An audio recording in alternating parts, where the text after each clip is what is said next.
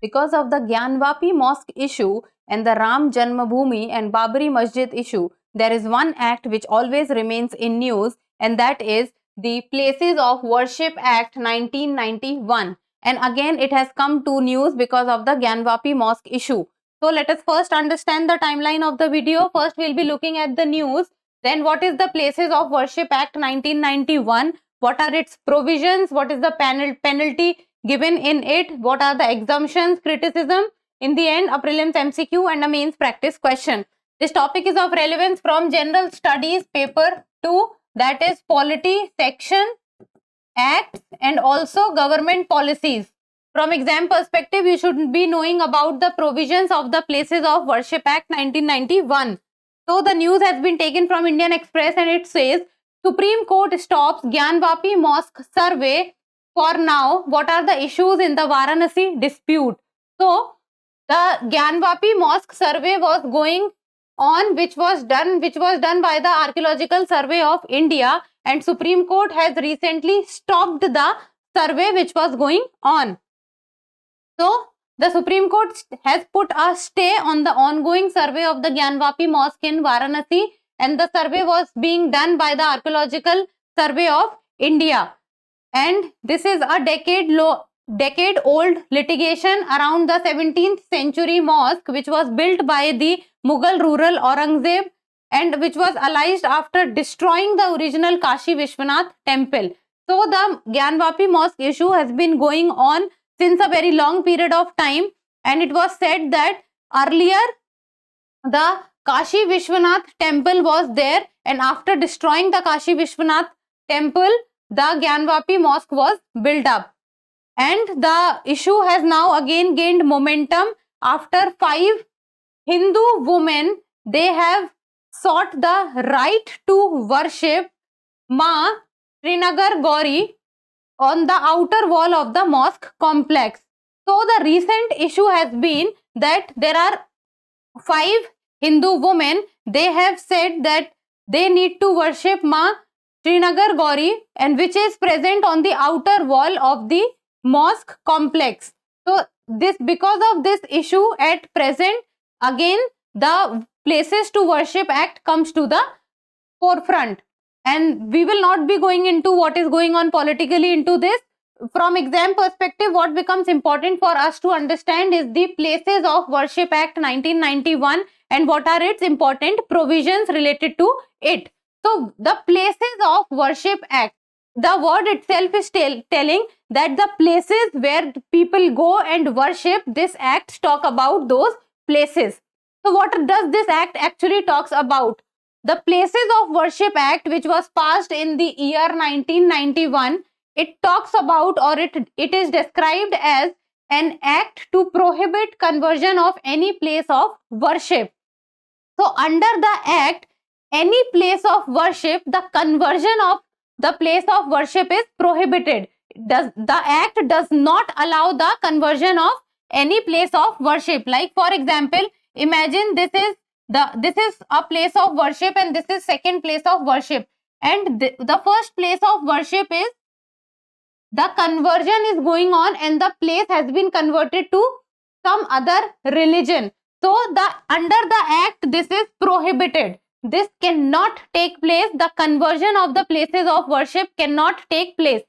Then to provide for the maintenance of the religious character of any place of worship.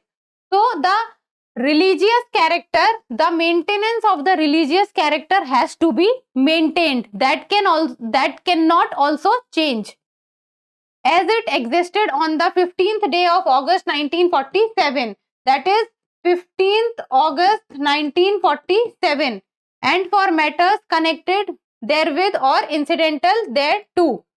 So the date which needs to be taken care of is the 15th August 1947. After this date, the conversion of places of worship cannot take place, and the maintenance of the religious character at any place has to be maintained, and the date is 15th August 1947.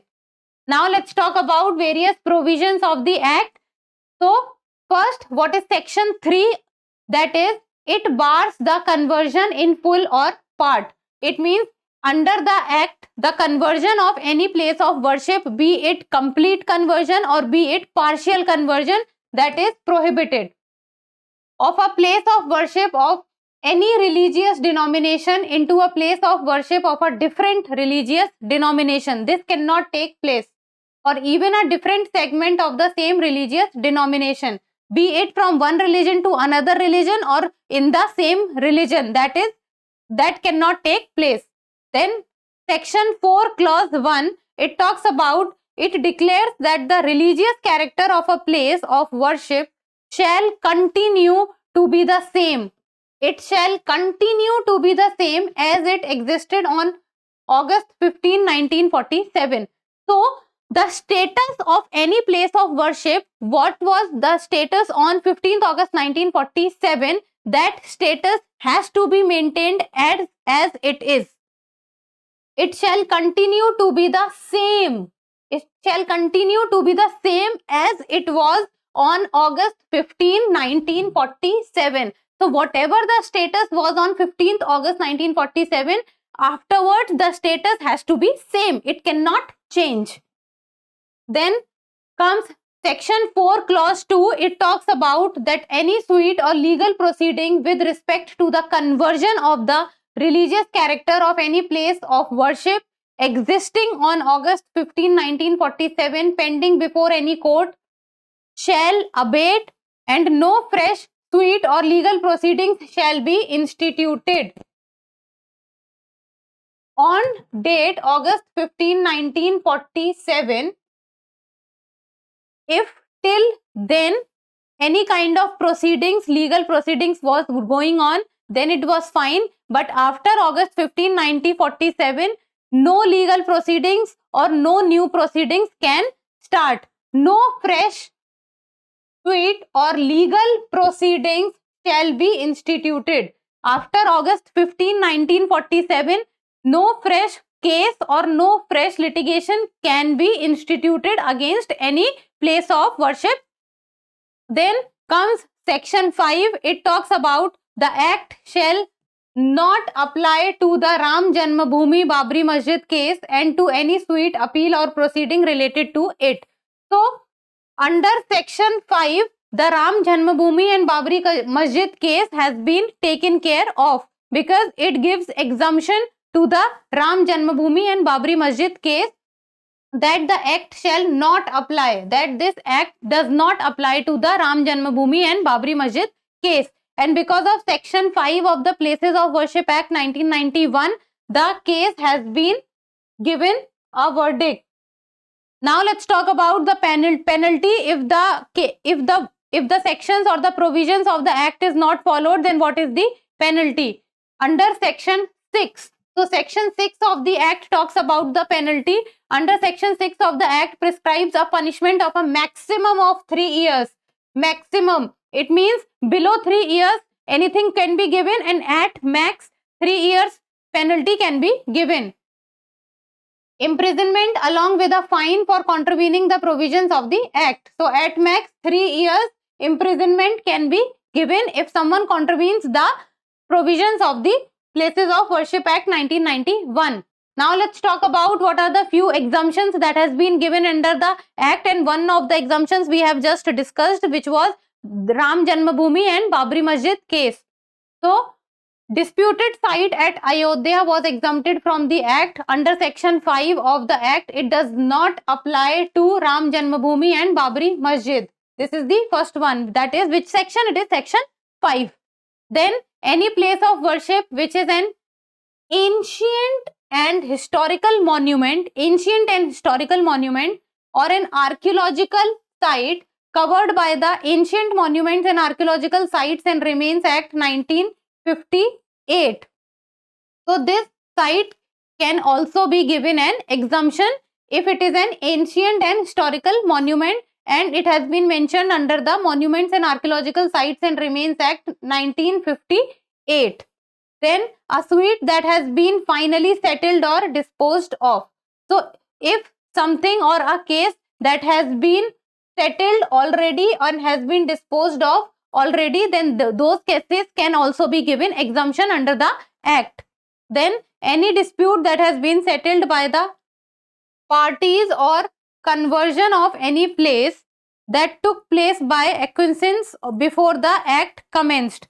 So the act commenced in the year 1991, and before the act has commenced, if any settlement has been done by the parties or the conversion has been done and both the parties are agreed to it, then this case can also be given exemption under the act. So it was Ram Janmabhoomi and Babri Masjid.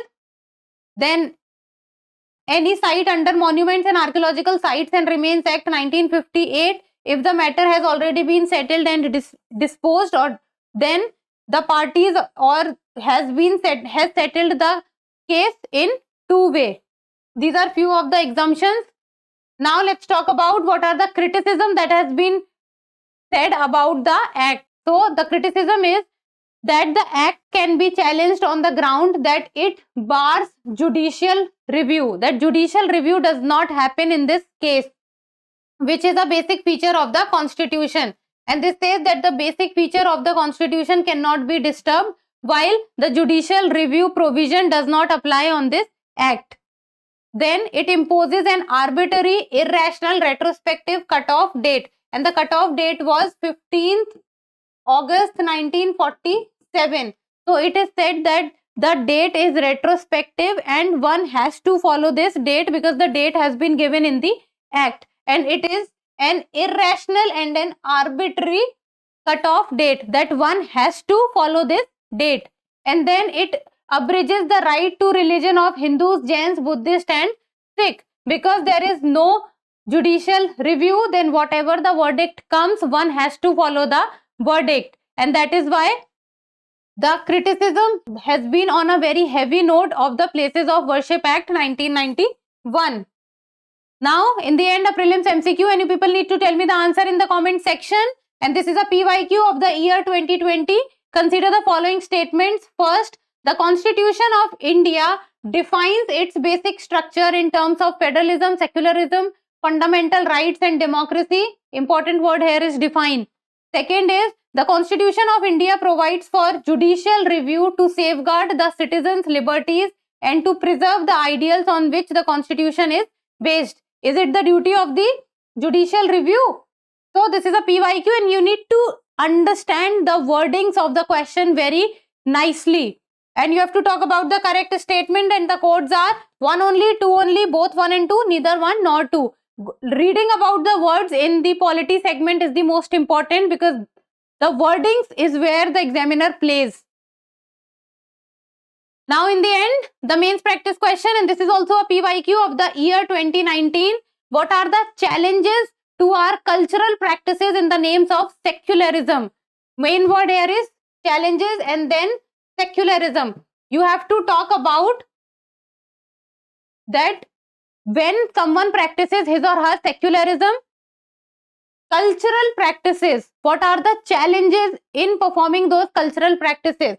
Challenges to our cultural practices in the name of secularism. You need to know the meaning of secularism here first, then what are the cultural practices with regard to it, and what are the challenges we face when we try to do our cultural practice in the name of secularism.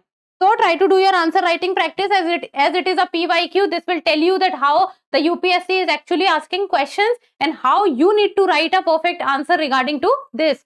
So that's all for today. Thank you so much for watching. Till we meet next time, keep reading and keep writing.